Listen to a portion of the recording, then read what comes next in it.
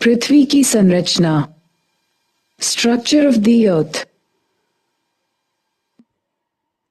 पृथ्वी, परिचय, अर्थ, इंट्रोडक्शन। पृथ्वी सौरमंडल का एक ग्रह है जो शुक्र व मंगल के मध्य स्थित है। ये सूर्य से दूरस्थ तीसरा ग्रह है एवं सौरमंडल का 5वां सबसे बड़ा ग्रह है। अंतरिक्ष से देखने पर पृथ्वी नीले रंग के गोले के रूप में दिखाई पड़ती है, इसलिए पृथ्वी को नीला ग्रह कहा जाता है। ये सौरमंडल का अकेला ऐसा ग्रह है जहां पर जीवन विद्यमान है। पृथ्वी के सबसे निकटस्थ ग्रह शुक्र है। इसके बाद क्रमशः मंगल, बुध, बृहस्पति और शनि का स्थान आता है। पृथ्वी एवं शुक्र ग्रह को जुड़वा ग्रह या जुड़वा बहन के नाम से जाना जाता है, क्योंकि इन दोनों ग्रहों का आकार लगभग बराबर है। इसके सबसे निकटस्थ तारा सूर्य है। इसके बाद प्रोक्सिमा सेंचुरी का स्थान आता है। सूर्य के प्रकाश को पृथ्वी तक आने में 8 मिनट 16 सेकंड का समय लगता है।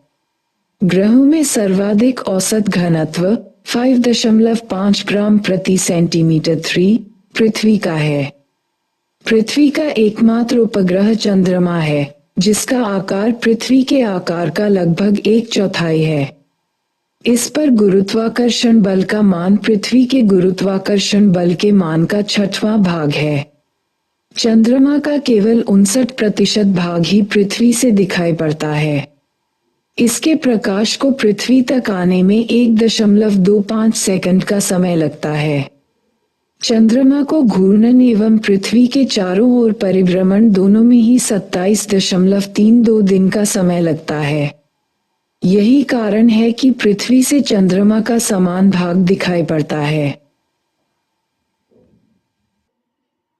पृथ्वी की परिभ्रमण गति, घूर्णन गति के कारण दिन एवं रात, समुद्री जलधाराओं की उत्पत्ति एवं वायु की दिशा में विचलन जैसी घटनाएं होती हैं। इसकी परिक्रमण गति के कारण ऋतु परिवर्तन, वर्ष के विभिन्न अवधि में दिन एवं रात की लंबाई में अंतर तथा पवन पेटियों में खिसकाव होता है।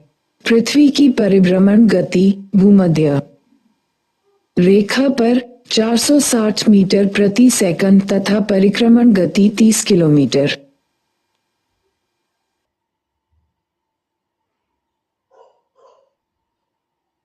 प्रति सेकंड 1,08,000 किमी घंटा होती है। इसका अपने कक्ष तल के साथ झुकाव का कोण 66 डिग्री 30 है। पृथ्वी की आकृति लहवृक्ष गोलाभ, चपटा अंडाकार, ऑब्लेट स्फेरॉइड अथवा जियोइड के समान है। इसका भूमध्य रेखीय व्यास 12,757 किलोमीटर 7,927 मील तथा ध्रुवीय व्यास 12,714 किलोमीटर 7,900 मील है। पृथ्वी की उत्पत्ति, ओरिजिन ऑफ द अर्थ। पृथ्वी की उत्पत्ति के संबंध में विभिन्न दार्शनिकों व वैज्ञानिकों ने अनेक परिकल्पनाएं प्रस्तुत की हैं। इनमें से एक प्रारंभिक एवं लोकप्रिय मत जर्मन दार्शनिक इमैनुअल कांट का है। 1796 में गणितज्ञ लाप्लास ने इसका संशोधन प्रस्तुत किया, जो निहारिका परिकल्पना नेब्यूलर हाइपोथेसिस के नाम से जाना जाता है। इस परिकल्पना के अनुसार ग्रहों का निर्माण धीमी गति से घूमते हुए पदार्थों के बादल से हुआ, जो कि सूर्य की युवा अवस्था से संबद्ध थे। बाद में 1900 में चेम्बरलेन और मोल्टन ने कहा कि ब्रह्मांड में एक अन्य भ्रमणशील तारा सूर्य के नजदीक से गुजरा। इसके परिणामस्वरूप तारे के गुरुत्वाकर्षण से सूर्य की सतह से सिगार के आकार का कुछ पदार्थ निकलकर अलग हो गया। ये तारा जब सूर्य से दूर चला गया तो सूर्य की सतह से बाहर निकला हुआ ये पदार्थ सूर्य के चारों तरफ घूमने लगा और यही धीरे धीरे संघनित होकर ग्रहों के रूप में परिवर्तित हो गया। पहले सर जेम्स जीन्स और बाद में sir Harold Jeffreys. Sir Harold Jeffreys ने इस मत का समर्थन किया। यद्यपि कुछ समय बाद के तर्क सूर्य के एक और साथी तारे के होने की बात मानते हैं। ये तर्क द्वैतारक सिद्धांत बाइनरी थियरीज के नाम से जाने जाते हैं। 1950 में रूस के ऑटो श्मिट तथा जर्मनी के कार्ल वाइटसैकर ने निहारिका परिकल्पना नेबुलर हाइपोथेसिस में कुछ संशोधन किया जिसमें विवरण भिन्न था। उनके विचार से सूर्य एक और निहारिका से घिरा हुआ था जो मुख्यतः हाइड्रोजन, हीलियम और धूलकण की बनी थी। इन कणों के घर्षण व टकराने कलिजन से एक चपटी तश्तरी की आकृति के बादल का निर्माण हुआ और इसी अभिवृद्धि प्रक्रम द्वारा ही ग्रहों का निर्माण हुआ। आधुनिक सिद्धांत मॉडर्न थियरी। आधुनिक समय में ब्रह्मांड की उत्पत्ति संबंधी सर्वमान्य सिद्धांत बिग बैंग थियरी है। इसे विस्तरित ब्रह्मांड परिकल्पना एक्सपैंडिंग यूनिवर्स हाइपोथेसिस भी कहा जाता है। 1920 में एडविन हब्बल ने प्रमाण दिए कि ब्रह्मांड का विस्तार हो रहा है। समय बीतने के साथ आकाशगंगाएं एक दूसरे से दूर हो रही हैं। बिग बैंग सिद्धांत के अनुसार ब्रह्मांड का विस्तार निम्न अवस्थाओं में हुआ है। आरंभ में वे सभी पदार्थ जिनसे ब्रह्मांड बना है अति छोटे गोलक एकाकी परमाणु के रूप में एक ही स्थान पर स्थित थे, जिनका आयतन अत्यधिक सूक्ष्म एवं तापमान तथा घनत्व अनंत इन्फिनिट था। बिग बैंग की प्रक्रिया में इस अति छोटे गोलक में भीषण विस्फोट हुआ। इस प्रकार की विस्फोट प्रक्रिया से वृहत विस्तार हुआ। वैज्ञानिकों का विश्वास है कि बिग बैंग की घटना आज से 13.7 अरब वर्ष पहले हुई थी। ब्रह्मांड का विस्तार आज भी जारी है। विस्तार के कारण कुछ ऊर्जा पदार्थ में परिवर्तित हो गई। विस्फोट के बाद 1 सेकंड के अल्पांश के अंतर्गत ही वृहत विस्तार हुआ। बिग बैंग होने के आरंभिक 3 मिनट के अंदर ही पहले परमाणु का निर्माण हुआ। बिग बैंग परिघटना के 3 लाख वर्षों के बाद तापमान कम होकर 4500 केल्विन तक पहुंच गया और परमाणुीय पदार्थ का निर्माण हुआ और ब्रह्मांड पारदर्शी हो गया। ब्रह्मांड के विस्तार का अर्थ है आकाशगंगाओं के बीच की दूरी में विस्तार का होना। हॉयल ने इसका विकल्प स्थिर अवस्था संकल्पना स्टेडी स्टेट कॉन्सेप्ट के नाम से प्रस्तुत किया। इस संकल्पना के अनुसार ब्रह्मांड किसी भी समय में एक ही जैसा रहा है। यद्यपि ब्रह्मांड के विस्तार संबंधी अनेक प्रमाणों के मिलने पर वैज्ञानिक समुदाय अब ब्रह्मांड विस्तार सिद्धांत का ही पक्षधर है। पृथ्वी से संबंधित प्रमुख शब्दावलियां एवं तथ्य। ग्रहों की उत्पत्ति से संबंधित सिद्धांत ही पृथ्वी की उत्पत्ति पर प्रकाश डालते हैं, क्योंकि ग्रहों एवं पृथ्वी की उत्पत्ति एक ही प्रक्रिया से हुई है। जर्मन दार्शनिक इमैनुएल कांट ने सर्वप्रथम 1755 में न्यूटन के गुरुत्वाकर्षण नियमों पर आधारित अपनी वायव्य राशि परिकल्पना के माध्यम से ग्रहों की उत्पत्ति के कारणों को समझाने का प्रयास किया, यद्यपि इनका मत गणित के गलत नियमों पर आधारित था। नासा द्वारा में बृहस्पति ग्रह पर भेजे गए जूनो मिशन 5 अगस्त 2011 को प्रक्षेपण 5 जुलाई 2016 को बृहस्पति की ध्रुवीय कक्षा में पहुंचा, से बृहस्पति ग्रह के अतिरिक्त अन्य ग्रहों की उत्पत्ति संबंधी प्रमाण भी प्राप्त हुए हैं। ग्रहाणु अथवा प्लैनेटेसिमल्स परिकल्पना ग्रह निर्माण से पूर्व सूर्य तप्त एवं गैसपूर्ण नहीं था, वरन ठोस तथा वर्षों से निर्मित चक्राकार एवं शीतल था। ब्रह्मांड में घूमते हुए तारे की आकर्षण शक्ति का निर्माण सूर्य के धरातल से असंख्य छोटे छोटे अन्य ग्रहाणुओं के मिलने से हुआ है। फिलामेंट जेम्स जीन्स ने अपनी ज्वारीय परिकल्पना के प्रतिपादन के समय ये बताया कि जब साथी तारा अपनी कक्षा में परिक्रमा करते हुए सूर्य के समीप पहुंचकर दूर निकल गया, तब उसकी ज्वारीय शक्ति के कारण सूर्य से सिगार के आकार का एक भाग टूटकर अलग हो गया, जो फिलामेंट था। बाद में संकुचन के बाद यही फिलामेंट विखंडित होकर ग्रहों में परिवर्तित हो गया। नवतारा या नोवा ये ब्रह्मांड का वह नया तारा होता है जो कुछ समय के लिए एकाएक प्रज्वलित हो जाता है तथा अपने समीपवर्ती तारों की अपेक्षा अधिक प्रकाश उत्सर्जित करने लगता है। कुछ दिनों के पश्चात इसकी दीप्ति समाप्त होने लगती है तथा धीरे धीरे यह विलीन हो जाता है। इसके एकाएक प्रज्वलित होने का कारण नाभिकीय प्रतिक्रिया न्यूक्लियर रिएक्शन है। पृथ्वी की आयु एज ऑफ द अर्थ। पृथ्वी की उत्पत्ति के समान ही इसकी आयु की ठीक गणना करना एक दुष्कर कार्य है। आज तक इसके बारे में किसी निश्चित मत का प्रतिपादन नहीं किया जा सका है, क्योंकि इसके लिए उपर्युक्त प्रमाणों का सर्वथा अभाव रहा है।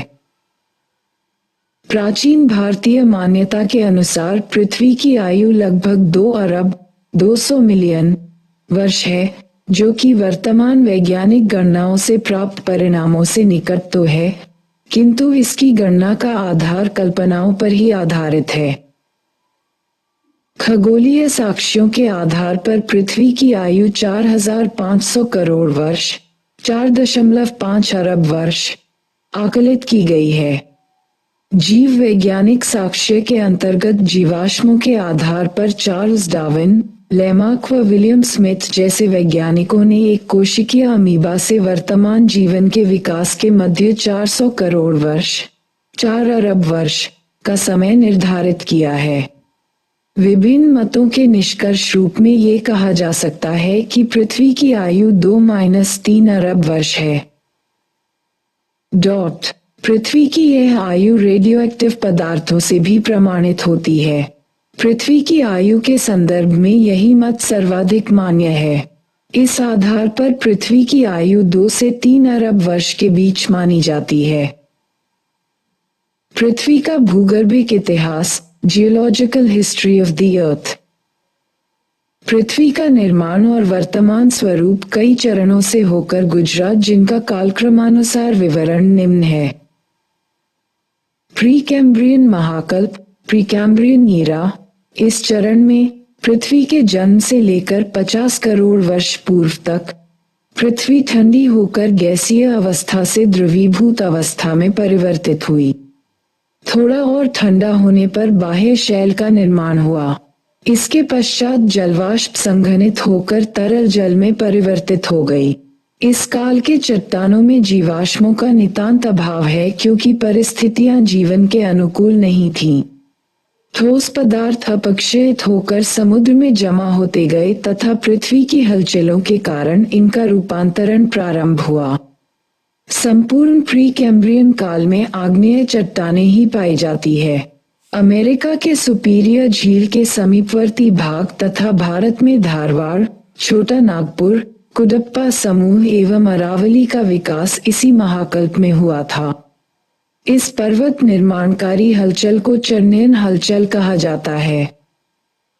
पैलियोजोइक महाकल्प पैलियोजोइक ईरा।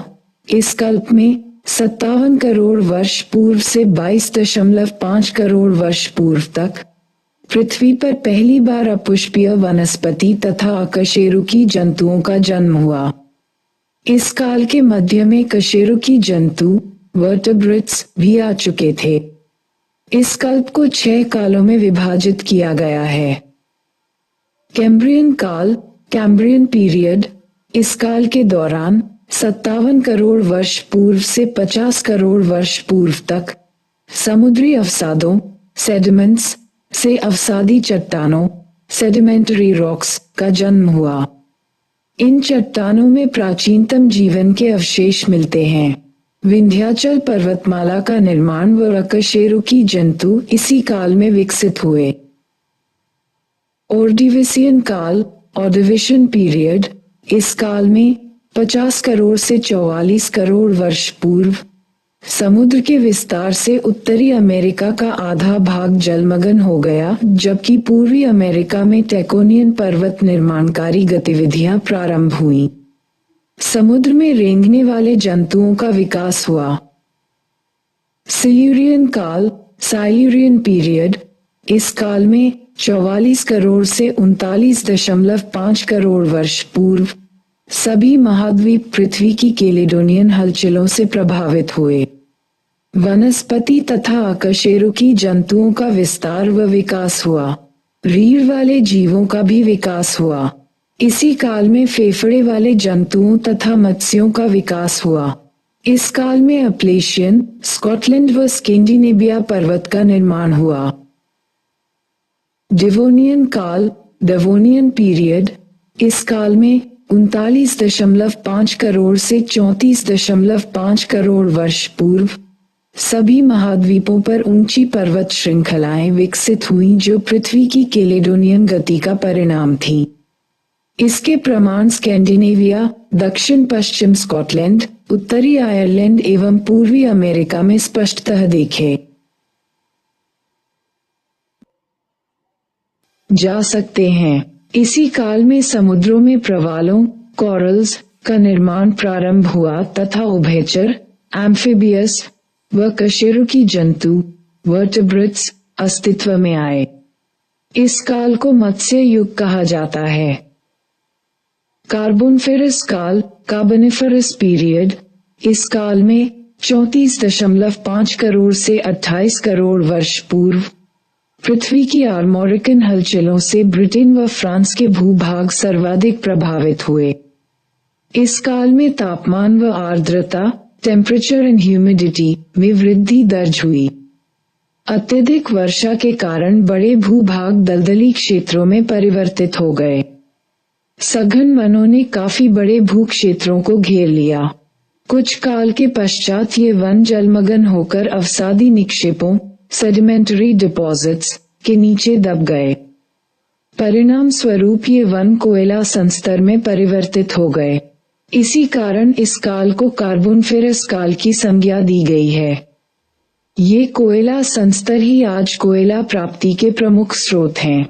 सरीसृप की उत्पत्ति व प्रवाल रोधिकाओं का निर्माण इसी काल में हुआ था तथा वृक्षों के दबने से गोंडवाना क्रम की चट्टानों का निर्माण हुआ। पर्मियन काल, पर्मियन पीरियड, इस काल में 28 करोड़ से 22.5 करोड़ वर्ष पूर्व तक यूरोप का भूभाग हर्सिनियन हलचलों से प्रभावित हुआ। जलवायु क्रमिक रूप से शुष्क होने लगी। समुद्र एवं स्थल पर वनस्पतियों तथा जंतुओं की विकास यात्रा आगे बढ़ी। इस काल में कोणधारी वनों की प्रचुरता थी।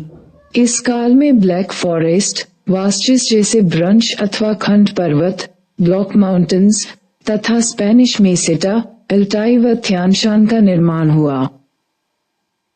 मेसोजोइक महाकल्प, मेसोजोइक हीरा, इस कल्प 22.5 करोड़ से 7 करोड़ वर्ष पूर्व तक को 3 कालों में विभाजित किया गया है। इसे सरीसृपों का युग भी कहा जाता है। ट्रियासिक काल, ट्रायासिक पीरियड, ट्रियासिक काल 22.5 करोड़ से 19.5 करोड़ वर्ष पूर्व तक के अंतिम समय में पेंजिया विभाजित होना प्रारंभ हो गया था। इसे रेंगने वाले जीवों का काल कहा जाता है। जुरासिक काल, जुरासिक पीरियड, इस काल में 19.5 करोड़ से 13.6 करोड़ वर्ष पूर्व तक धरातल पर रेंगने वाले रीढ़ विहीन जीवों की अधिकता थी। ये डायनासोरों का युग था। क्रिटेशियस काल, क्रिटेशियस पीरियड, ये काल 13.6 करोड़ से 7 करोड़ वर्ष पूर्व तक कोयला निर्माण की द्वितीय अवस्था के रूप में जाना जाता है। इस युग में लावा का गार प्रमुख घटना है। दक्कन ट्रैप का निर्माण इसी काल में ज्वालामुखी क्रिया से हुआ था। इसमें एंजियोस्पर्म पौधों का विकास प्रारंभ हो गया था। उत्तरी पश्चिमी कनाडा, अलास्का, मेक्सिको एवं ब्रिटेन के डोवर क्षेत्र में खरिया मिट्टी का जमाव इस काल की प्रमुख विशेषता है। सीनोजोइक महाकल्प, सीनोजोइक ईरा। इस महाकल्प का उद्भव आज से लगभग 6.5 करोड़ वर्ष पूर्व प्रारंभ हुआ तथा 20 लाख वर्ष पूर्व समाप्त हुआ। इस महाकल्प को 2 कल्प तथा 7 युगों में विभाजित किया जाता है। तृतीय कल्प, टर्शरी ईरा। पैलियोसीन काल, पैलियोसीन पीरियड, इस युग के 7 करोड़ से 6 करोड़ वर्ष पूर्व तक दौरान हुई लैमाराइड हलचल के परिणामस्वरूप उत्तरी अमेरिका में रॉकी पर्वतमाला का निर्माण हुआ। वर्तमान घोड़े का सबसे आद्य रूप इसी युग में विकसित हुआ। इयोसीन काल, इयोसीन पीरियड, इस युग में 6 करोड़ से 3.5 करोड़ वर्ष पूर्व तक भूतल पर विभिन्न दरारों के माध्यम से लावा का गार हुआ। स्तनधारी प्राणियों, फलदार पेड़ पौधों तथा अनाजों की कई प्रजातियां विकसित हुईं। वृहद हिमालय का निर्माण प्रारंभ हुआ। ओलिगोसीन काल, ओलिगोसीन पीरियड, ओलिगोसीन काल में 3.5 करोड़ से 2.5 करोड़ वर्ष पूर्व तक अल्पाइन पर्वत के निर्माण की प्रक्रिया प्रारंभ हुई। इसी युग में मानवाकार कपि अस्तित्व में आया जिनसे वर्तमान मानव का विकास हुआ। मायोसीन काल, मायोसीन पीरियड, मायोसीन काल 2.5 करोड़ से 1.2 करोड़ वर्ष पूर्व तक अल्पाइन पर्वत निर्माणकारी गतिविधियों द्वारा संपूर्ण यूरोप एवं एशिया में वलनों का विकास हुआ जिनके विस्तार की दिशा पूर्व पश्चिम थी। इसी काल में वेल तथा बंदरों का आविर्भाव हुआ। इस काल में लघु व मध्य हिमालय का निर्माण हुआ।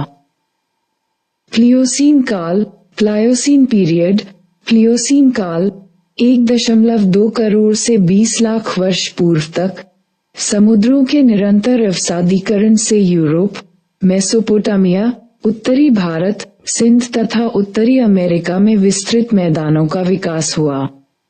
बड़े स्तनधारियों की विभिन्न प्रजातियां विकसित हुईं। नियोजोइक महाकल्प, नियोजोइक ईरा। यह महाकल्प 20 लाख वर्ष पूर्व से वर्तमान तक माना जाता है। क्वाटर्नरी कल्प, क्वाटर्नरी ईरा। प्लीस्टोसीन काल, प्लाइस्टोसीन पीरियड 10 लाख से 10,000 वर्ष पूर्व तक। इस काल तक तापमान का स्तर इतना नीचे गिर गया कि संपूर्ण उत्तरी अफ्रीका, यूरोप, आर्कटिक और अंटार्कटिका बर्फ का एक मोटी परत से ढक गए। इसीलिए इस चरण को हिमयुग की संज्ञा दी गई है। इस हिमाच्छादन के फलस्वरूप वनस्पतियों व जंतुओं के जीवन पर दूरगामी प्रभाव पड़ा। स्तनधारियों का विकास बहुत तेजी से हुआ। हिमचादर की स्थिति में 4 बार परिवर्तन हुआ। हिमचादर के पीछे हटने से उत्तरी अमेरिका की 5 महान झीलों का निर्माण हुआ। होलोसीन काल, होलोसीन पीरियड, इस युग में 10,000 वर्ष से लेकर वर्तमान तक मानव तथा प्राकृतिक पर्यावरण के साथ इसके आपसी संबंधों का आधिपत्य रहा है। पृथ्वी के भूगर्भिक इतिहास से संबंधित प्रमुख तथ्य। आद्य कल्प, अजोइक और आर्कियन ईरा।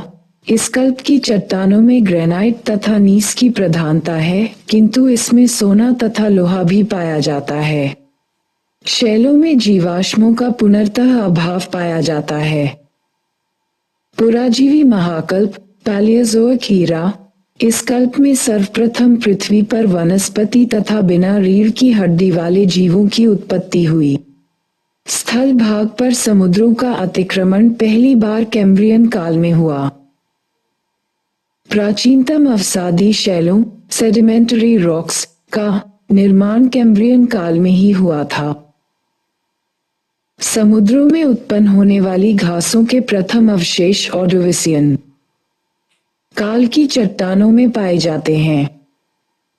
अपलेशियन पर्वतमाला का निर्माण ऑर्डोविसियन काल में ही हुआ। रीढ़ वाले जीवों तथा मछलियों का सर्वप्रथम आविर्भाव सिल्यूरियन काल में हुआ। सिल्यूरियन काल को रीढ़ की हड्डी वाले जीवों का काल, एज ऑफ वर्टेब्रेट्स के रूप में जाना जाता है। डिवोनियन काल में पृथ्वी की जलवायु केवल समुद्री जीवों के ही अनुकूल थी, अतः इसे मत्स्य युग, फिश एज के रूप में जाना जाता है। उभयचर जीवों, एम्फिबियंस का विकास कार्बोनिफेरस युग की एक प्रमुख घटना है। ट्रियासिक काल को रेंगने वाले जीवों का काल, एज ऑफ रेप्टाइल्स कहा जाता है। गोंडवाना लैंड भूखंड का विभाजन ट्रियासिक काल में ही हुआ। जलचर, थलचर तथा नभचर तीनों प्रकार के जीवों का विकास जुरैसिक काल में माना जाता है। नवजीवी महाकल्प, सीनोज़ोइक ईरा के प्रारंभ में जलवायविक परिवर्तन के कारण संपूर्ण जीवों का विनाश हो गया तथा लाखों वर्षों के बाद पृथ्वी पर वनस्पतियों एवं जीवों का पुनः आविर्भाव हुआ। हिमालय पर्वतमाला तथा दक्षिण के प्रायद्वीपीय भाग के बीच स्थित जलपूर्ण घाट, द्रोणी में अवसादों के जमाव से उत्तर भारत के विशाल मैदान की उत्पत्ति नवजीवी महाकल्प में ही हुई। पृथ्वी पर उड़ने वाले पक्षियों का आगमन प्लीस्टोसीन काल में हुआ। मानव तथा अन्य स्तनपायी जीव इसी काल में विकसित हुए। प्लीस्टोसीन काल में तापमान में वृद्धि के कारण हिमयुग की समाप्ति हो गई तथा विश्व का वर्तमान रूप प्राप्त हुआ जो अभी जारी है। वर्तमान घोड़े के प्राचीन रूप का उद्भव पैलियोसीन युग में हुआ। इयोसीन युग में अनेक प्रकार के स्तनधारियों, फल युक्त पौधों व धान्यों का आविर्भाव हुआ। ओलिगोसीन युग में ही मानव कपी, एंथ्रोपॉइड एप अस्तित्व में आए। मायोसीन युग में व्हेल व कपी जैसे उच्च श्रेणी के स्तनधारी अस्तित्व में आए। पृथ्वी की उत्पत्ति से संबंधित सिद्धांतों के प्रमाण। विभिन्न विद्वानों द्वारा समय समय पर प्रस्तुत की गई उत्पत्ति संबंधी परिकल्पनाओं के आधार पर उसके आंतरिक भाग के विषय में निम्न तथ्य उभरकर सामने आते हैं। सर्गो रवि, पीडी चैम्बरलेन ने 1905 के संदर्भ में ग्रहाणु परिकल्पना प्रस्तुत की। इस परिकल्पना के अनुसार पृथ्वी का निर्माण ग्रहाणुओं के एकत्रीकरण से हुआ है, अतः उसके आंतरिक भाग को ठोस अवस्था में होना चाहिए। जेम्स जीन्स द्वारा 1919 में प्रतिपादित तथा 1929 में जेफ्रीज द्वारा संशोधित ज्वारीय परिकल्पना ये बताती है कि पृथ्वी की उत्पत्ति सूर्य द्वारा निःसृत ज्वारीय पदार्थ के ठोस हो जाने से हुई है, अतः उसके आंतरिक भाग को तरल अवस्था में होना चाहिए। लाप्लास द्वारा 1776 में कांट की वायव्य राशि परिकल्पना के दोषों को संश्लेषित करते हुए निहारिका परिकल्पना प्रस्तुत की, जिसके अनुसार पृथ्वी का आंतरिक भाग गैसीय अवस्था में होना चाहिए क्योंकि पृथ्वी की उत्पत्ति गैस से बनी निहारिका से मानी जाती है। पृथ्वी की आंतरिक संरचना, internal structure of the earth. पृथ्वी की बाह्य स्थलाकृतियों एवं उसकी आंतरिक संरचना का घनिष्ठ संबंध भौगोलिक अध्ययन का एक महत्वपूर्ण विषय है, यद्यपि उसकी आंतरिक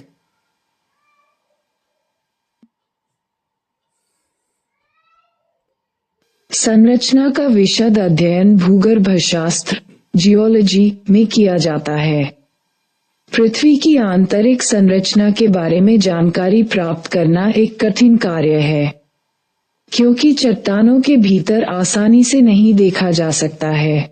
पृथ्वी के अंदर अधिकतम 4 से 5,000 मीटर की गहराई तक ही पाइप डाले जा सकते हैं, जिससे केवल स्थान विशेष की ही चट्टानों के बारे में जानकारी प्राप्त करना संभव है। फिर भी पृथ्वी की आंतरिक संरचना के बारे में जिन साधनों से जानकारी प्राप्त की जा सकती है, वे इस प्रकार हैं। अप्राकृतिक साधन, आर्टिफिशियल सोर्सेज। घनत्व, डेंसिटी। दबाव, प्रेशर। तापक्रम, टेम्परेचर। प्राकृतिक साधन नेचुरल सोर्सेस यथा ज्वालामुखी के साक्ष्य वोल्केनिक एविडेंसेस, भूकंपीय साक्ष्य साइज्मोलॉजिकल एविडेंसेस, उल्कापिंड मीटियोराइट। साधन अप्राकृतिक साधन आर्टिफिशियल सोर्सेस, घनत्व डेंसिटी, दबाव प्रेशर, तापमान टेम्परेचर। प्राकृतिक साधन नेचुरल सोर्सेस, ज्वालामुखी उद्गार वोल्केनिक eruption, भूकंप विज्ञान साइज्मोलॉजी, उल्कापिंड मीटियोराइट।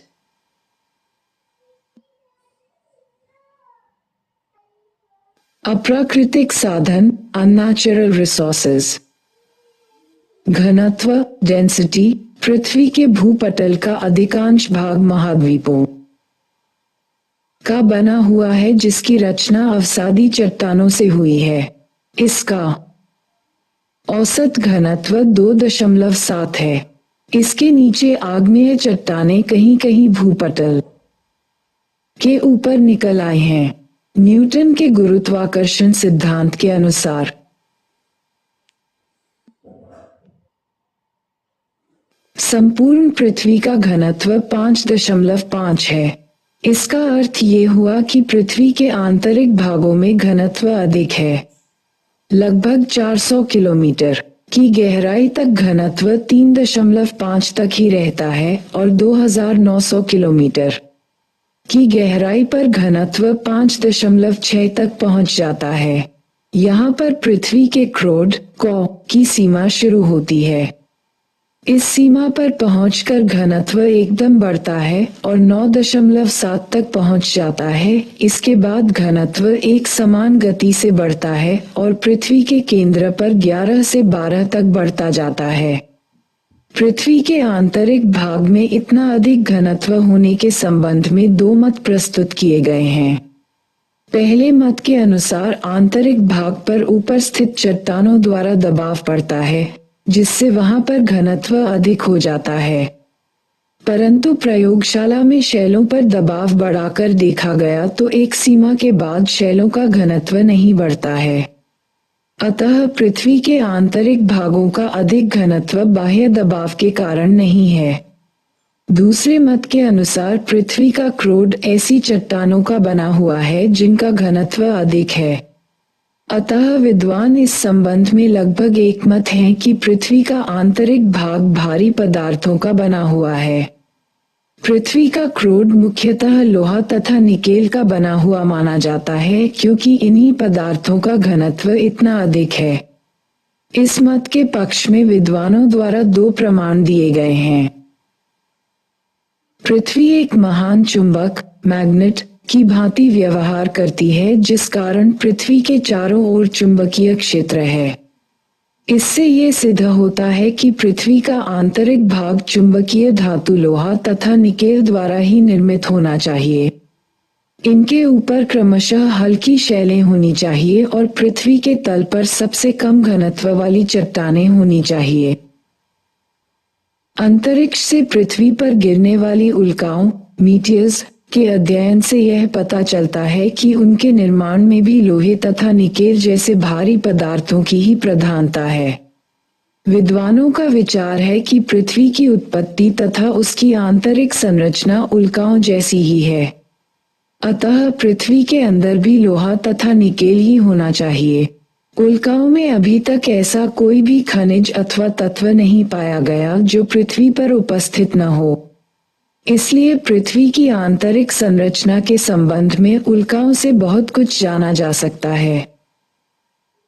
दबाव प्रेशर पृथ्वी के आंतरिक भाग में किसी स्थान पर 1 वर्ग सेंटीमीटर क्षेत्रफल पर पड़ने वाले भार को दबाव कहते हैं। धरातल के नीचे ज्यों-ज्यों बढ़ते हैं दबाव भी बढ़ता जाता है। फलस्वरूप घनत्व में वृद्धि होती है। इसी कारण पृथ्वी के सबसे आंतरिक भाग में घनत्व अत्यधिक 11 या 12 ग्राम प्रति सेंटीमीटर 3 पाया जाता है। वैज्ञानिकों के अनुसार पृथ्वी के केंद्र पर दाब सर्वाधिक है।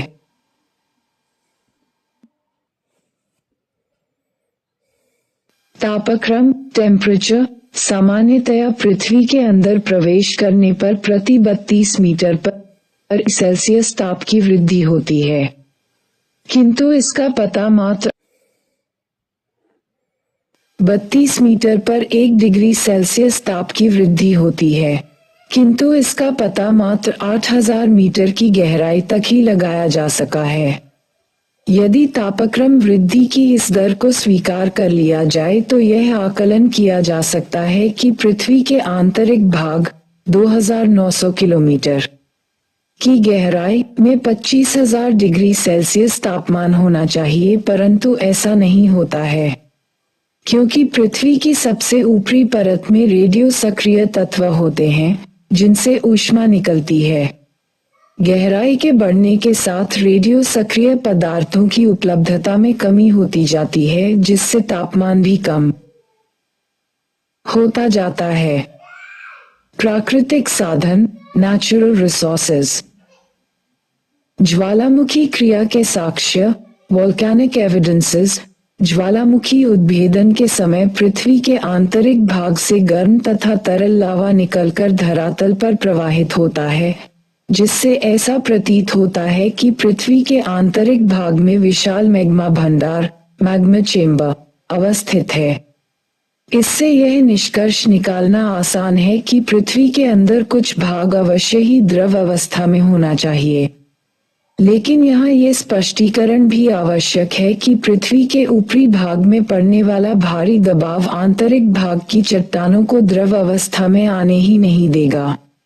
अतः पृथ्वी के आंतरिक भाग को ठोस ही होना चाहिए, क्योंकि अत्यधिक दबाव के कारण चट्टानों का द्रवनांक बिंदु मेल्टिंग पॉइंट भी बढ़ जाता है। अतएव ज्वालामुखी क्रिया के साक्ष्यों के आधार पर पृथ्वी की आंतरिक संरचना के बारे में जानकारी प्राप्त करना सरल नहीं है। भूकंप विज्ञान के साक्ष्य साइज्मोलॉजिकल एविडेंसेस भूकंप विज्ञान या सीस्मोलॉजी के अंतर्गत पृथ्वी की क्रस्ट में उठने वाली भूकंपीय लहरों का भूकंप मापी यंत्र साइज्मोग्राफा द्वारा अंकन करके उनका अध्ययन किया जाता है। इस अध्ययन से पृथ्वी की आंतरिक संरचना के बारे में काफी जानकारी प्राप्त की गई है, जो संपूर्ण भूगर्भिक भागों में अपनी प्रकृति के अनुसार भ्रमण करती है। भूकंपीय तरंगों के अध्ययन से पूर्व ये जान लेना आवश्यक है कि जिस स्थान से भूकंप का प्रारंभ होता है उसे भूकंप मूल फोकस तथा धरातल पर जहां सबसे पहले भूकंप का अनुभव किया जाता है उसे अधिकेंद्र एपिसेंटर कहा जाता है। अधिकेंद्र भूकंप मूल के ठीक ऊपर लंबवत धरातल पर स्थित होता है। भूकंप के समय उत्पन्न होने वाली लहरों या तरंगों को 3 प्रमुख श्रेणियों में रखा जाता है, जो निम्नलिखित हैं।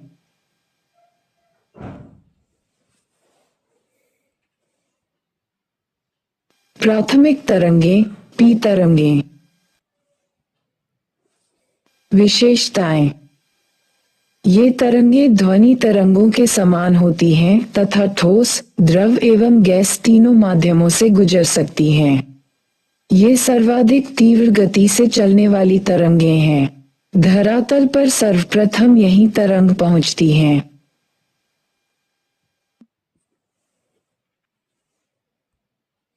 द्वितीयक तरंगें एस तरंगें।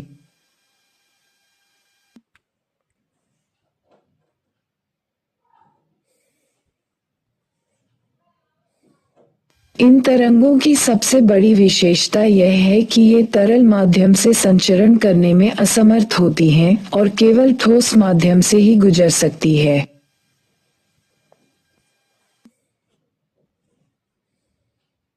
धरातलीय तरंगें एल तरंगें। ये दीर्घ अवधि वाली तरंगें हैं जो गहराई पर विलुप्त हो जाती है। इसमें कंपन की गति सर्वाधिक होती है। ये तरंगें आड़े तिरछे जिगजैग, धक्का देने के कारण सर्वाधिक विनाशकारी होती हैं। प्राथमिक अथवा लंबात्मक लहरें, प्राइमरी पी और लॉन्गिट्यूडिनल वेव्स, सर्वाधिक तीव्र गति से चलने वाली ये लहरें ध्वनि तरंगों की भांति एक सीधी रेखा में चलती हैं। इसमें पदार्थों के कण गति की दिशा में ही आंदोलित होते हैं। ये लहरें ठोस भागों में अत्यधिक तीव्र गति से प्रवाहित होती हैं। इन लहरों को पी से सूचित किया जाता है तथा इन्हें अनुदैर्ध्य तरंगे भी कहते हैं। धरातल पर सर्वप्रथम यही तरंग पहुंचती हैं। गौण अथवा आड़ी लहरें, सेकेंडरी एस और ट्रांसवर्स और डिस्टॉर्शनल वेव्स, इनकी प्रकृति जल तथा प्रकाश तरंगों से मिलती जुलती है। इनमें कणों की गति लहर की दिशा के समकोण पर काटती है। इनकी मुख्य विशेषता यह है कि ये प्रायः द्रव भाग में लुप्त हो जाती हैं।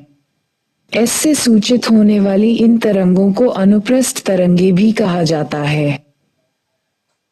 धरातलीय लहरें, सरफेस वेव्स, ये लहरें पृथ्वी के ऊपरी भाग पर चलती हैं। इन्हीं लहरों से पृथ्वी के ऊपरी भाग पर अत्यधिक विनाश होता है। ये लहरें अन्य लहरों की अपेक्षा सबसे लंबा मार्ग तय करती हैं। इसमें कंपन की गति सर्वाधिक होती है तथा साथ ही ये तरंगे आड़े तिरछे, जिगजैग, धक्का देती है। अतः ये तरंगे सर्वाधिक विनाशकारी होती हैं। इनकी गति सबसे कम होती है तथा इन्हें लॉन्ग पीरियड और एल वेव्स भी कहा जाता है। प्राथमिक पी, गौण एस तथा धरातलीय एल लहरों का अंकन सीस्मोग्राफ के माध्यम से किया जाता है। सीस्मोग्राफ इन तीनों प्रकार की तरंगों को रेखांकित करता है। प्रथम दोनों प्रकार की तरंगों की गति गहराई के साथ साथ बढ़ती जाती है। हालांकि गति में यह वृद्धि केवल 2900 किलोमीटर की गहराई तक ही सीमित होती है। उसके बाद एस तरंगे लुप्त हो जाती हैं, जबकि पी तरंगों की गति कम हो जाती है। एल तरंगे पृथ्वी के धरातल पर चलती हैं, जबकि एस तरंगे तरल अवस्था वाली चट्टानों के माध्यम से नहीं गुजर सकती, ये सिर्फ ठोस माध्यम से ही गुजर सकती हैं। इन तरंगों के अध्ययन से यह पता चलता है कि पृथ्वी के धात्विक क्रूड की प्रकृति तरल पदार्थ जैसी है। इसके विपरीत 2900 किलोमीटर की गहराई तक पृथ्वी की चट्टानों का स्वभाव ठोस पदार्थ के समान होता है। भूकंप के अधिकेंद्र पर सबसे पहले अनुभव किया जाने वाला कंपन लघु या कमजोर कंपन होता है, जिसे प्राथमिक कंपन, प्राइमरी ट्रेमोर के रूप में जाना जाता है। इसके कुछ समय पश्चात दूसरा एवं अपेक्षाकृत अधिक शक्तिशाली कंपन का अनुभव किया जाता है। तत्पश्चात मुख्य कंपन, मेन ट्रेमोर, आता है। इन्हीं तीनों कंपनों को पी, एस तथा एल लहरों का प्रदर्शक माना जाता है। उल्कापिंड के साक्ष्य, मीटियोराइट, वर्तमान में पृथ्वी पर कई बड़े उल्कापिंड हैं, जो इसी युग में पृथ्वी की गुरुत्वाकर्षण के कारण यहाँ आ गिरे थे। हालांकि इन पिंडों की बाह्य परत तो धीरे धीरे क्षरण के कारण नष्ट हो गई है, किंतु उनका आंतरिक कोर बचा हुआ है। इन पिंडों के कोर के आधार पर भी पृथ्वी के आंतरिक भाग की कल्पना की जाती है। पृथ्वी के आंतरिक भाग का रासायनिक संगठन। पृथ्वी के आंतरिक भाग की रासायनिक संरचना एवं उसके संगठन के बारे में भी विभिन्न विद्वानों के विचार परस्पर भिन्न हैं। फिर भी भौगोलिक जगत में एडवर्ड स्वेस के विचार काफी हद तक मान्य हैं। उन्होंने ये बताया कि भूपटल का सबसे ऊपरी भाग परतदार अवसादी शैलों का बना है, जिसकी गहराई तथा घनत्व दोनों ही बहुत कम है। इसकी संरचना में विशेष रूप से सिलिकेट से बनी रवेदार शैल का योगदान है, जिसमें फेल्सपार तथा अभ्रक, माइका जैसे खनिज बड़ी मात्रा पाए जाते हैं। इस परत के नीचे एडवर्ड स्वेस महोदय ने निम्न 3 परतों की उपस्थिति स्वीकार की है: सियाल, सेल अवसादी शैलों के नीचे सियाल की परत पाई जाती है। इसकी रचना सिलिका सी तथा एल्यूमिनियम इक्वल्स अल से हुई है, जिस कारण इसे सी जोड़ अल कहा जाता है। इस परत की औसत गहराई 50 से 300 किलोमीटर तथा घनत्व 2.75 से 2.90 तक है। ये परत ग्रेनाइट शैलों की है और इसमें तेजाबी एसिड अंश की प्रधानता है। इसमें पोटेशियम, सोडियम तथा एल्यूमिनियम के सिलिकेट अधिक हैं। महाद्वीपों का निर्माण सियाल से ही हुआ है। सियाल अपने नीचे वाली परत सीमा से हल्का है, इसलिए उसके ऊपर तैयार रहता है। सीमा सियाल के नीचे दूसरी परत सीमा की है। इसमें सिलिका सी तथा मैग्नीशियम इक्वल्स मा की अधिकता है। इस परत का घनत्व 2.90 से 4.75 है। इसकी गहराई 1000 से 2900 किलोमीटर तक है। ये परत बेसल्ट की शैलों की है, जिसमें क्षारीय अंश की प्रधानता है। इसमें मैग्नीशियम, कैल्शियम तथा लोहे के सिलिकेट अधिक हैं। ज्वालामुखी के उद्भेदों से सीमा की शैलें लावा के रूप में पृथ्वी पर आ जाती हैं। पृथ्वी की आंतरिक संरचना। नाइफ सीमा परत के नीचे पृथ्वी की तीसरी तथा अंतिम परत पाई जाती है। इसमें निकल इक्वल्स नी तथा लोहा अर्थात फेरस इक्वल्स fe की प्रधानता है। इसलिए इस परत का नाम निजोड़ फे रखा गया है। ये 2900 किलोमीटर की गहराई से पृथ्वी के केंद्र तक विस्तृत है। इसका घनत्व 11 से 12 तक है। भूगर्भ के केंद्रीय भाग में निकेल तथा लोहा जैसे पदार्थों की उपस्थिति से निम्नलिखित बातें प्रमाणित होती हैं। ये पृथ्वी की चुंबकीय शक्ति को प्रमाणित करता है। ये पृथ्वी की स्थिरता अथवा दृढ़ता रिजिडिटी को प्रमाणित करता है। पृथ्वी का आंतरिक भाग धूमकेतुओं के संगठन से मेल खाता है। पृथ्वी के आंतरिक भाग में स्थित विभिन्न मंडल, स्थलमंडल, लिथोस्फीयर, ग्रेनाइट चट्टानों की बहुलता वाला यह मंडल धरातल से 100 किलोमीटर नीचे तक पाया जाता है। इसका घनत्व 3.5 है। इसकी संरचना में सिलिका एवं एल्यूमिनियम जैसे धातुओं की अधिकता है। दुर्बलता मंडल एस्थेनोस्फीयर स्थलमंडल के नीचे दुर्बलता मंडल स्थित है। इसमें कठोरता तथा दृढ़ता नहीं है। इसकी मोटाई 360 किलोमीटर है।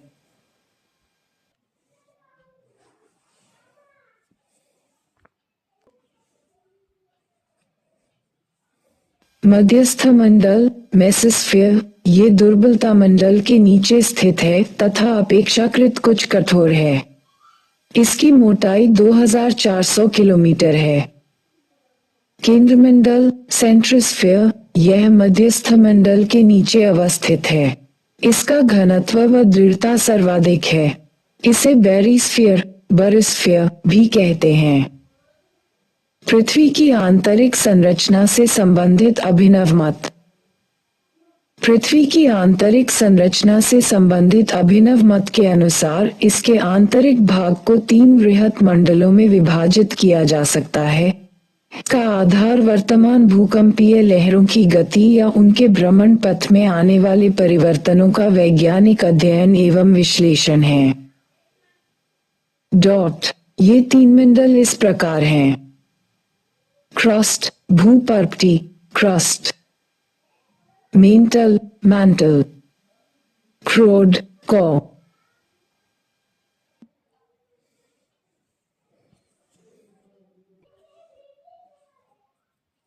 भूपर्पटी अर्थ क्रस्ट ये ठोस पृथ्वी का सबसे बाहरी भाग है। इसकी मोटाई महाद्वीपों व महासागरों के नीचे अलग अलग है।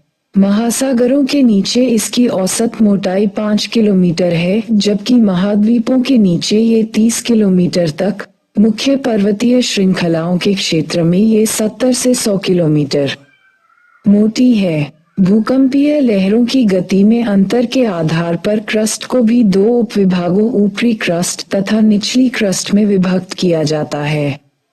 ऊपरी क्रस्ट में पी लहर की गति 6.1 किलोमीटर प्रति सेकंड तथा निचली क्रस्ट में 6.9 किलोमीटर प्रति सेकंड होती है। ऊपरी क्रस्ट का घनत्व 2.8 तथा निचली क्रस्ट का 3.0 है। घनत्व में यह अंतर दबाव के कारण माना जाता है। ऊपरी क्रस्ट एवं निचले क्रस्ट के बीच घनत्व संबंधी यह असंबद्धता लेहमैन असंबद्धता, कॉनराड असंबद्धता कहलाती है। प्रावार अथवा मैंटल ये पृथ्वी का सबसे बड़ा भाग है, जो पृथ्वी के 83% आयतन तथा 67% द्रव्यमान में व्याप्त है। यह विभिन्न असंबद्धताओं द्वारा कई भागों में बंटा हुआ है। मुख्य असातत्य क्रमशः 410, 950 तथा 2700 किलोमीटर की गहराई पर स्थित हैं। भौतिक लक्षणों के आधार पर इसे दो भागों में बांटा गया है। ऊपरी मेंटल जो मोहोरोविसिस असंबद्धता से 950 किलोमीटर की गहराई तक विस्तृत है, इसे संक्षेप में मोहो भी कहते हैं। निचली मेंटल जो 950 किलोमीटर की गहराई से विशर्ट-गुटेनबर्ग असंबद्धता 2900 किलोमीटर गहराई तक विस्तृत है।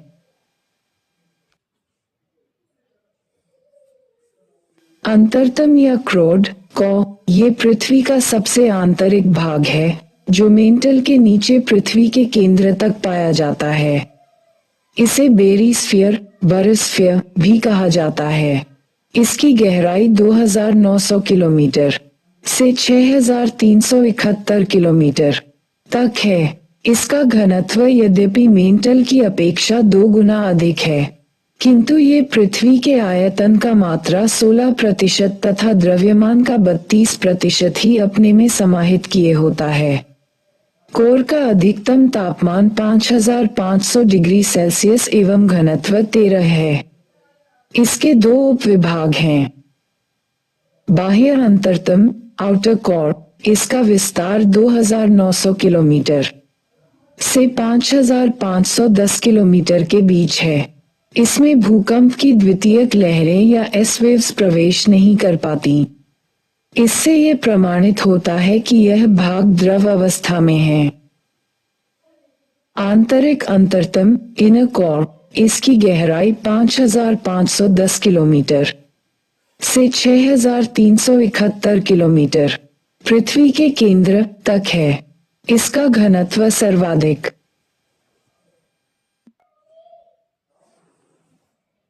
अर्थात 13.6 है।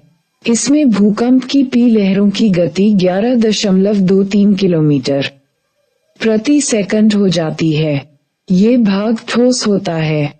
पृथ्वी के संपूर्ण अंतरतम भाग की संरचना में निकेल तथा फेरस की अधिकता है, जिसमें 80% फेरस या लोहा तथा 20% निकेल पाया जाता है। असंबद्धता डिस्कंटिन्यूटी पृथ्वी की आंतरिक संरचना का वह संक्रमण क्षेत्र जहां दो भिन्न भिन्न परतों यथा क्रस्ट व मेंटल अथवा मेंटल व कोर दोनों के सामान्य गुण मिलते हैं, असंबद्धता कहलाता है। एस्थेनोस्फीयर मेंटल के ऊपरी भाग को एस्थेनोस्फीयर कहा जाता है। इसका विस्तार 400 किलोमीटर तक आंका गया है। ज्वालामुखी उद्गार के दौरान जो मैग्मा धरातल पर पहुंचता है, उसका मुख्य स्रोत यही है।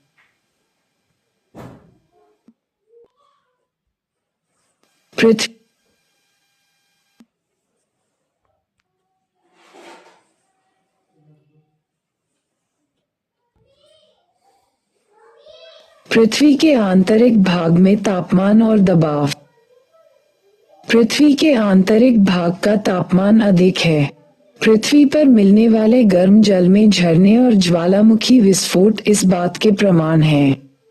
पृथ्वी के अंदर तापमान में वृद्धि मूल रूप से आंतरिक शक्तियों, रासायनिक प्रतिक्रियाओं, रेडियोधर्मी पदार्थों के कारण होती है। धरातल से हम जैसे जैसे नीचे की ओर जाते हैं, तापमान में क्रमशः वृद्धि होती जाती है। तापमान में होने वाले इस वृद्धि की औसत दर प्रत्येक 32 किलोमीटर की गहराई पर 1 डिग्री सेल्सियस है, लेकिन तापमान में वृद्धि की यह दर एक निश्चित सीमा तक ही मिलती है। इस सीमा के बाद गहराई के साथ साथ तापमान में वृद्धि दर भी घटती जाती है। ये प्रत्येक गहराई पर एक समान भी नहीं रहती। धरातल से लगभग 100 किलोमीटर की गहराई तक 12 डिग्री सेल्सियस से प्रति किमी की दर से उसके नीचे 300 किलोमीटर तक 2 डिग्री सेल्सियस से प्रति किमी की दर से और उसके नीचे 1 डिग्री सेल्सियस से प्रति किमी दर से बढ़ती है।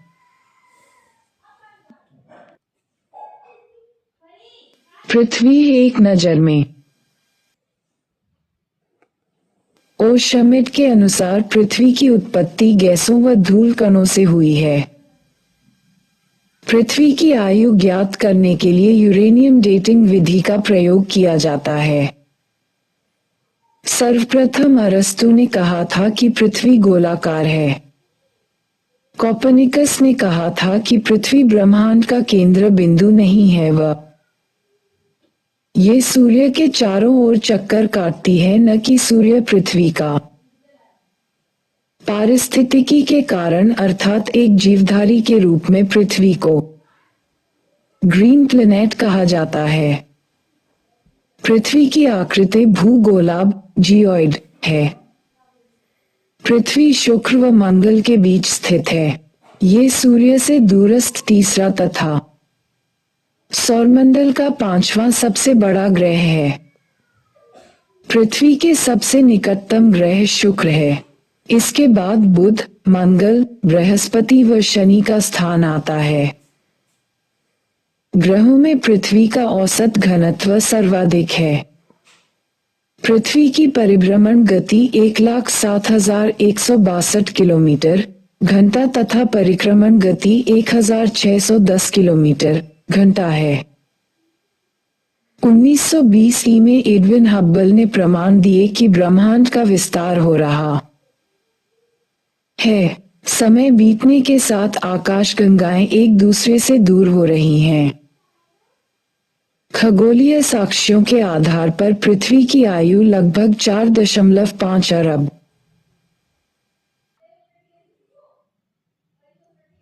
वर्ष निर्धारित की गई है। पैलियोजोइक कल्प में अकशेरुकी इन्वर्टेब्रेट्स जंतुओं का जन्म हुआ। सिल्यूरियन काल में रीढ़ वाले जीवों वर्टेब्रेट्स का विकास हुआ। इसी काल में फेफड़े वाले जंतुओं तथा मत्स्यों का विकास हुआ। कार्बोनिफेरस काल के कोयला संस्तर ही आज कोयला प्राप्ति के प्रमुख स्रोत है। जुरासिक काल डायनासोरों का युग था। क्रिटेशियस काल में दक्कन ट्रैप का निर्माण हुआ। इस काल में एंजियोपमी पौधों का विकास आरंभ हो गया था। प्लियोसीन काल में बड़े स्तनधारियों की विभिन्न प्रजातियां विकसित हुईं। सामान्यतया पृथ्वी के सतह से नीचे जाने पर प्रति 32 मीटर पर 1 डिग्री सेल्सियस ताप की वृद्धि होती है। जिस स्थान से भूकंप का प्रारंभ होता है उसे भूकंप मूल फोकस तथा धरातल पर जहां सबसे पहले भूकंप का अनुभव होता है उसे अधिकेंद्र कहा जाता है। सर्वाधिक तीव्र गति से चलने वाली भूकंपीय तरंग पी तरंग या प्राथमिक या लंबात्मक तरंगें हैं, जो ठोस, द्रव तथा गैस तीनों अवस्थाओं से होकर गुजर जाती हैं।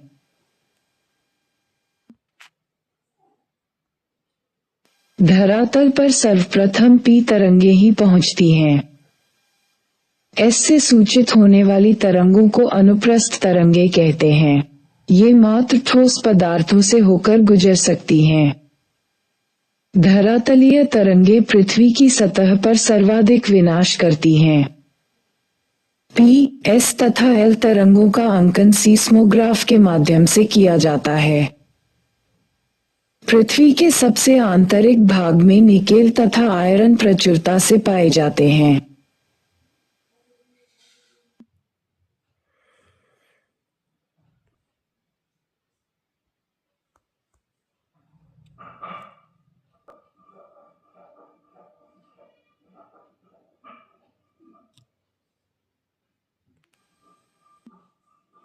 पृथ्वी में प्रमुख तत्वों की मात्रा के अनुसार लोहा 35%, ऑक्सीजन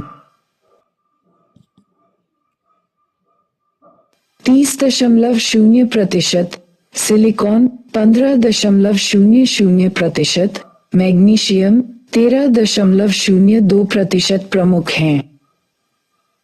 भूपर्पटी में प्रमुख तत्वों की मात्रा के अनुसार ऑक्सीजन 46.8%, सिलिकॉन 27.00%, एल्यूमिनियम 8.0% तथा लोहा 5.07% प्रमुख हैं।